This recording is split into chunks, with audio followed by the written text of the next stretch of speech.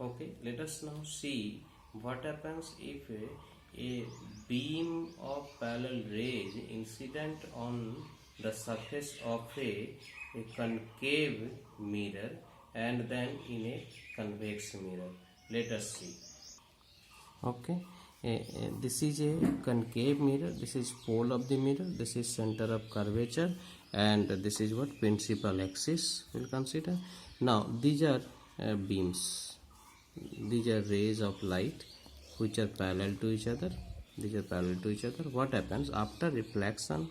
You can see that they are meeting, yes, following the laws of reflection only, they are meeting at a single point on the principal axis. This is very interesting. They all are meeting at the same point, or they are reflecting to the same point, they are passing through the same point like this. They will reflect, they will go away, but they will meet at the single point. That is, the whole light is concentrated at this point, the whole light is focused at that point. This point we call focus of the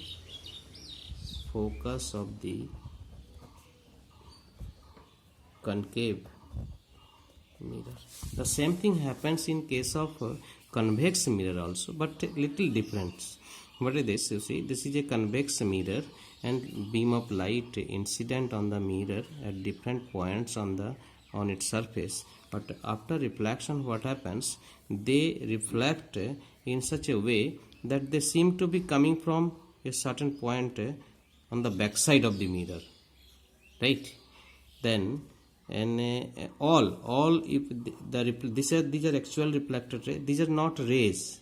These lines, dotted lines, are drawn on only by producing back these reflected rays. When we produce them back, we see they meet at a single point, right? This is called focus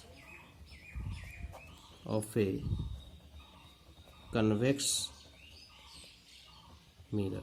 So what is the difference? Here you see at this point all the rays actually meet, but here they are not meeting actually, they meet virtually.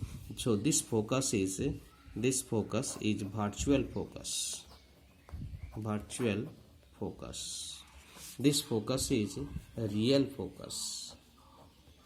The focus of a concave mirror is real, focus of a convex mirror is virtual. So one thing what we have got, that a ray parallel to the principal axis that will pass through focus. Okay, from the previous experience we got it.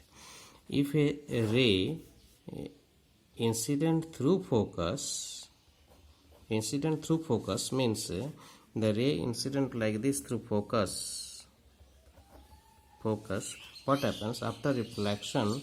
That will follow, which becomes parallel to the principal axis, just reverse of this. You know, light, if you reverse, that will go back from where it has come. This is called reversibility of light.